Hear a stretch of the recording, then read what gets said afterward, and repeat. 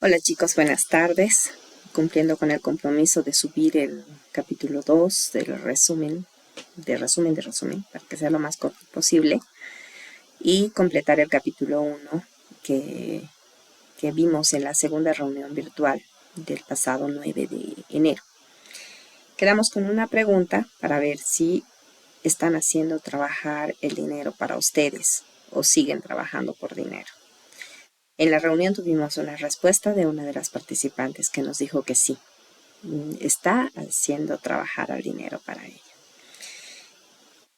Quedamos en una parte del capítulo 1 donde Robert estaba esperando al papá de Mike para renunciar, porque se sentía totalmente engañado. Le pagaban 30 centavos cada sábado y no era suficiente y no había recibido ninguna lección. En primer lugar, esperó un montón de tiempo. Y en ese momento, cuando leí esa parte, me puse a pensar cuántos de nosotros nos sentimos así de invisibles, como empleados, nos ven como un número. Mientras más grande es la empresa, entonces menos nos ven, menos nos toman en cuenta. Y nos conformamos con quejarnos, no sé, con protestar, qué sé yo, pero no hacemos nada. Y nos recordamos que una vez en nuestra vida hemos tenido sueños, hemos querido hacer algo, ¿no? Y es ahí donde tenemos que volver a pensar qué hemos querido hacer y no hemos hecho. ¿Y qué tenemos que hacer para lograrlo? El niño fue y se quejó y el hombre le dijo, bueno, lo que yo he hecho es enseñarte con una probadita de la vida, porque la vida te enseña empujones, no te enseña con caricias, sino te enseña como se enseña en una clase. Así que las personas que han venido a hablar conmigo para renunciar, ¿cuántas veces pueden tomar una decisión? Pueden renunciar e irse porque se sienten muy ofendidos, pueden continuar y buscarse otro trabajo o pueden aprender. Y lo que yo te estoy pidiendo es que aprendas a utilizar tu cabeza. Entonces el niño, después de escuchar, le dice que sí se va, que entiende, que se va a quedar y el hombre le dice, bueno, pero esta vez no te voy a pagar nada. Sorprendidísimo, el niño se va sin saber lo que había hecho, porque no entendía muy bien de lo que se quejaba, de ganar 30 centavos.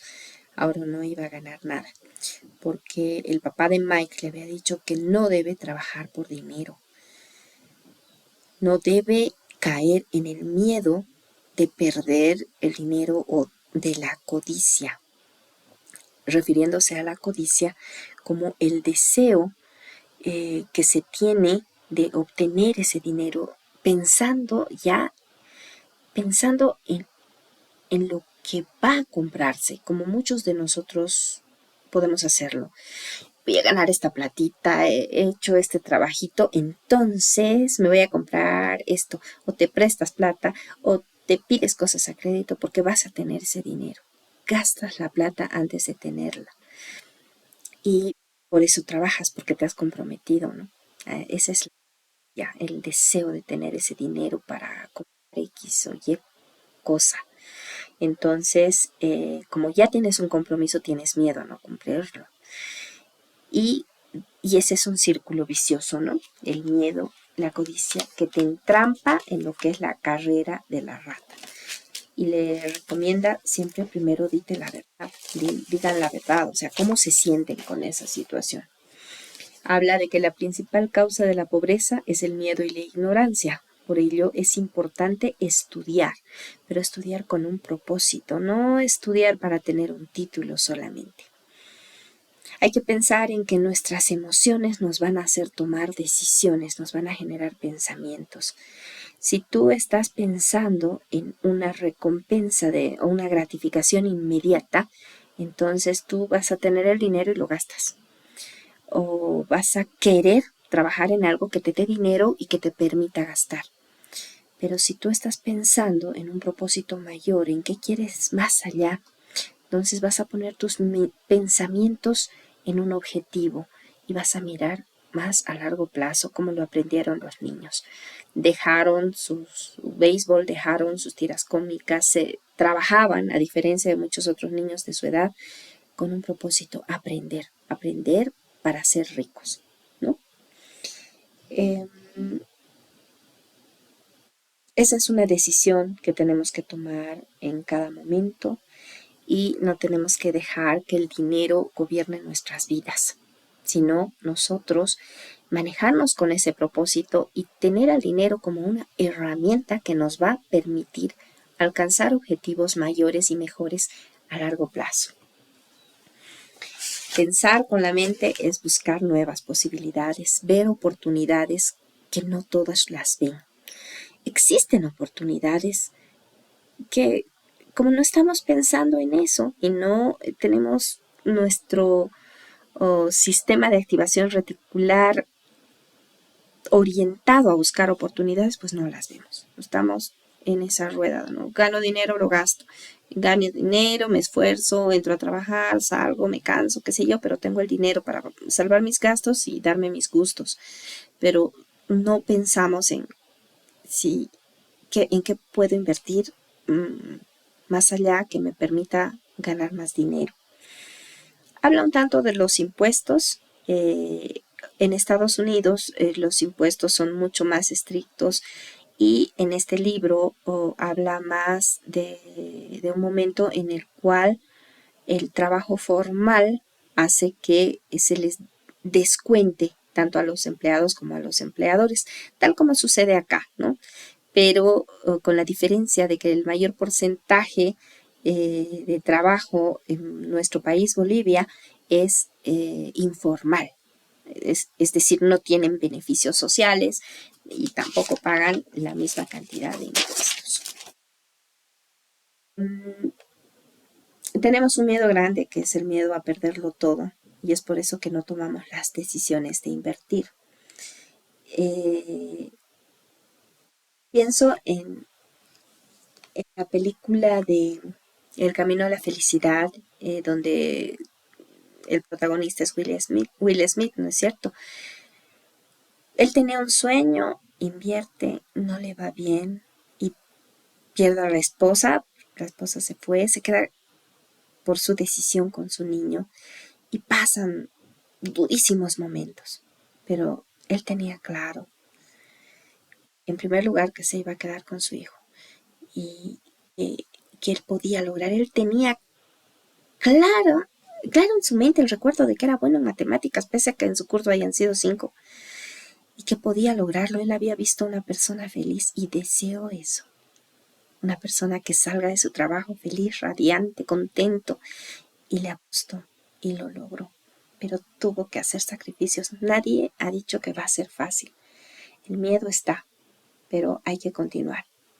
Un empleo, un sueldo, un salario, no es una solución a largo plazo, sí a corto. No quiere decir que agarremos nuestros empleos y digamos, no, yo tengo un talento, yo puedo hacerlo mejor, yo quiero ser rico, renuncio y ahora me lanzo al éxito. No, hay que hacer un plan. Hay que equilibrar nuestros ingresos, egresos y buscar la oportunidad para ir saliendo de la carrera de la rata. Las oportunidades que se pueden ver si nos ponemos a pensar: una persona que trabaja y no le da para vivir, está buscando otro empleo. ¿Qué tal si buscamos un poco más de ingresos, pero para generar una capacidad de inversión? En ese caso, no solamente las personas a las cuales les falta dinero tendrían que estar buscando oportunidades, sino todos aquellos que quieren crecer. Deberían estar buscando la forma de tener los recursos para aprovechar oportunidades. Y bueno, el capítulo 2 finaliza con el negocio de los niños, ¿no? Cuando ellos logran visualizar la oportunidad de quedarse con las revistas que tendrían que botarse a la basura y las alquilan. Y ganan mucho más dinero de que habían pensado y por primera vez ven la dificultad que tiene el conseguir empleados confiables, que es un punto muy importante. porque tener un empleado confiable es muy difícil. Tener un socio confiable es muy difícil también. Entonces, cuando uno trata de hacer inversiones, también busca a alguien con quien ir. De esa manera sentirse respaldado. ¿Sí? Si caemos juntos, nos vamos a ayudar a levantarnos. Supongo, no sé, hay miedo también a hacer las cosas solos. Y hay que trabajar en la mente. Ahora pasamos al capítulo 2 en sí, que nos pregunta ¿por qué enseñar la especialización financiera? Y nos habla de cuándo uno tiene libertad. Uno tiene libertad cuando tiene sus gastos cubiertos y puede hacer inversiones que le permitan crecer, que le permitan tener libertad de tiempo, libertad geográfica, porque puedes viajar a donde tú quieras. No tienes que estar presente todo el tiempo en tu negocio. Eso implica diversificación, inversión, riesgo y decisiones principalmente. Robert comenta que en muchas de las conferencias que ha dado siempre le van preguntando cómo comenzar. Y depende de dónde estás, depende cuánto es tu decisión o cuál es tu umbral del miedo de tomar riesgos. Que tú puedes comenzar vendiendo cosméticos, ya es algo que te va a generar el activo que te genere algo de ingresos, pero podrías también pensar en un umbral más grande, como traer a Alex Day o traer a, qué sé yo, a Mario Alonso Puig y organizar una conferencia y ganar dinero, ¿no? De dónde ver, de dónde, si tienes recursos, si te prestas, cómo lo contactas, etcétera, etcétera. Hay que ver el umbral del riesgo. ¿O qué quieres hacer? ¿Quieres hacer sándwiches? ¿Cómo comenzar? Depende. ¿Qué sabes hacer? ¿Qué estás dispuesto a arriesgar para comenzar? ¿Cuánto quieres ganar? Le preguntan si existe un buen libro. Existen muchos libros, muchos. Empezando por este que es tan ameno y tan agradable. Hay más avanzados y van confluyendo en muchos puntos en común. De nuevo entra la decisión. Empieza leyendo, empieza buscando. Vas a encontrar si lo buscas, si sabes qué estás buscando. ¿Qué hacer para preparar a tus hijos? Aquí recuerdo un consejo de alguien a quien quiero mucho y que me decía, ¿no? No hay mejor consejo que un buen ejemplo. Y eso es lo que tenemos que dar a nuestros hijos. ¿Cómo pretendemos que nuestros hijos tengan su vida financiera solucionada si nosotros estamos estancados en la carrera de la rata y esperando nuestro salario y seguimos con el mismo discurso que nos muestra al principio? Estudien para tener un buen empleo y no les mostramos que somos capaces de tomar decisiones y hacer negocios. Le preguntan también cuál es el secreto del éxito. Depende. ¿Cuál es el éxito para ti? ¿Qué es el éxito para ti? Les decía en la anterior reunión, por ahí para ti éxito es estar en paz y feliz con tu familia, con lo suficiente, viviendo en la casa de tu suegra y tus cuñados. Por ahí estás bien así. O no sé, ¿a qué aspiras? ¿Qué tienes?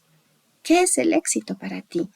Vivir en una ciudad tranquila, donde no haya muchos correteos, donde a las 5 puedan tomar un cafecito. Y sí, está bien. Define qué es el éxito para ti y así vas a saber hasta dónde quieres llegar. El dinero no es la solución a los problemas, pero tienes que saber a dónde vas. Todos los caminos son buenos si no sabes a dónde estás yendo. Le preguntan también cómo ganó sus millones. Pues hay que tomar en cuenta que muchos de los millonarios han tenido muchas quiebras, han caído muchas veces y se han tratado y han obtenido aprendizajes. Mientras más dinero tienes, en muchos casos, tienes más miedo a perderlo y sigues trabajando y sigues siendo gobernado por el dinero. Pero tienes que entender que tú haces el dinero. El dinero es una herramienta y si la pierdes, pues la vuelves a hacer porque tu conocimiento está aquí. Nos habla en este capítulo de la importancia de las finanzas y la contabilidad, que puede sonar un poco difícil, que cuando pensamos en números muchos tenemos, no, qué difícil matemáticas, o qué difícil química, no, nunca he podido, yo no puedo. O cuando hablamos de negocios, no, tiene que ser un contador, un administrador. Y a veces nos olvidamos de que hay personas, como yo conozco gente que vende en el mercado y es millonaria y no le mete cursos de universidad, sino que aprende a sumar y a restar y una lógica. Y en esta parte del libro nos dice, no importa cuántos son los números, importa qué te dicen los números, qué historia te cuentan los números. Y hay que ver, nos muestra unos diagramas y unos patrones de flujo de efectivo. Y lo que no hay que olvidar, que es activo y que es pasivo. No hay que olvidar lo que dice en este libro y hay que olvidar lo que nos han enseñado si es que hemos pasado cursos de contabilidad o algún tipo de esta materia, ¿no? Activo es todo lo que te mete dinero en los bolsillos y pasivo es todo lo que saca dinero de tus bolsillos.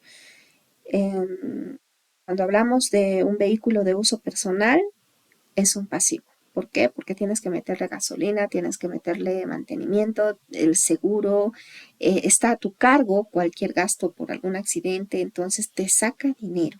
Tendrías que hacer un cálculo si te conviene ir mejor en movilidad pública o tener el dinero gastado en un vehículo que te saca más plata.